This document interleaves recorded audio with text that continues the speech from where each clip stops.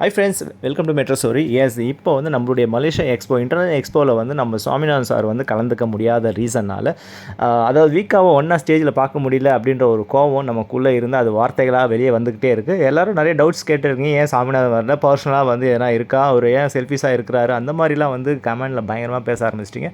அதெல்லாம் ஒன்றும் இல்லைங்க, நீங்கள் ஃப்ரீயாக விடுங்க. பிகாஸ் சாமிநாதன் சார் வந்து மலேசியாவில் வந்து 3 times வந்து ஸ்டேஜில் ஏறிட்டார்.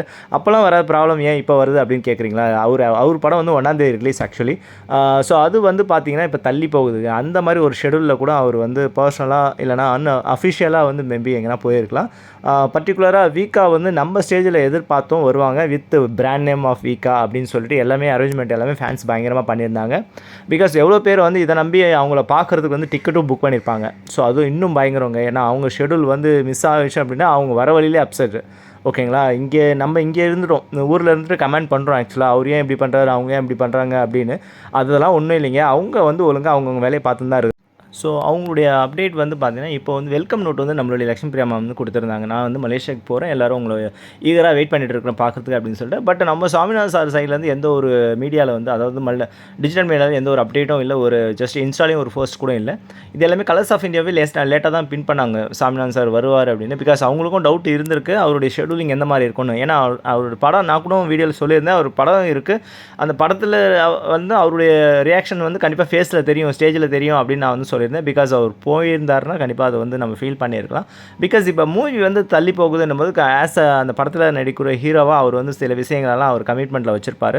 ஸோ அந்த ஃபார்மாலிட்டிஸ் மேபி மிஸ் ஆகிடுச்சா, போக முடியலையா அப்படின்றத நம்ம அதை எடுத்துக்கிட்டு பாசிட்டிவாக எடுத்துகிட்டு மூவ் ஆகிடலாங்க. சரிங்களா? பிகாஸ் இந்த இன்டர்நேஷனல் எக்ஸ்போ வந்து ஒன் டைம் கிடையாதுங்க, ஏகப்பட்ட ஸ்டேஜ் தடவை நம்ம சுவாமியை இறங்கியிருக்காரு. ஸோ வீக்காவாக கண்டிப்பாக வந்து ஷெடியூலிங் வந்து கண்டிப்பாக ஸ்டேஜில் கம்மிங் சூன் வந்து பார்க்கலான்னு கலர்ஸ் ஆஃப் இந்தியாவும் வந்து சொல்லியிருக்காங்க.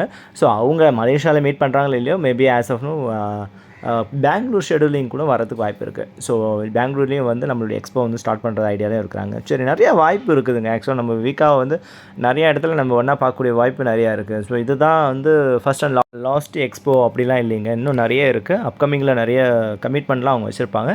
ஸோ அவருடைய இன்ஸ்டா ஐடி பிளாக் ஆனது மேபி அவர் பர்சனலாக கூட பண்ணியிருக்கலாம். அது ஃபேன்ஸ் அங்கே போயிட்டு நிறைய கொஷின்ஸ் வந்து அன்வான்டாக கேட்கும் போது அவருக்கு ஆக்சுவலாக ஆல்ரெடி ஒரு பயங்கர இதில் இருப்பார் இல்லையா, ஸ்ட்ரெஸ்ஸில் இருப்பார். மூவிஸ் வரல, அந்த மாதிரி ஷெடியூலிங் மேபி வந்து இருப்பார். தள்ளி போகுது, என்ன மூவி இந்த மாதிரி தள்ளி போயிட்டு இருக்குன்னா பயங்கர ஸ்ட்ரெஸ்ஸாக இருக்கும் இல்லையா, அந்த மாதிரி ஷெடியூலிங் தான். அதர்வைஸ் பர்சனலாக யாரையும் வந்து ஹர்ட் பண்ணக்கூடாதுன்னு அவர் வந்து 2 பேருமே ஆஸ் ஆக்டராக வந்து பார்த்திங்கன்னா யாருமே பர்சனலாக ஹர்ட் பண்ண மாட்டாங்க. பண்ணுற ஸ்டேஜ்லேயே அவங்க இருக்க மாட்டாங்க. பிகாஸ் ஆக்டர்னும் போது அந்த குவாலிட்டி வந்து எல்லாருக்கும் அவசியமாக இருக்கும். யாரையும் ஒருத்தர் ஹர்ட் பண்ணக்கூடிய சூழ்நிலையிலே அவங்க இல்லை. பிகாஸ் அவங்க ஒருத்தர் ஃபேஸை காமிச்சு சீரியல்லையும் நடிச்சாகணும் இல்லையா. ஸோ அவங்க டீமாக ஒர்க் பண்ணி ஆகணும். ஸோ அதர்வைஸ் அது எந்த ஒரு நெகட்டிவும் இருப்பாங்க, பாசிட்டிவாக மூவ் ஆன் பண்ணிட்டு போயிட்டே இருக்கலாம். Go with flow. சரிங்களா? ஓகே ஃப்ரெண்ட்ஸ், நம்ம மெட்ரோ ஸ்டோரி சப்ஸ்கிரைப் பண்ணி, ஷேர் பண்ணி, லைக் பண்ணி, கமெண்ட் பண்ணுங்கள். தேங்க்யூ.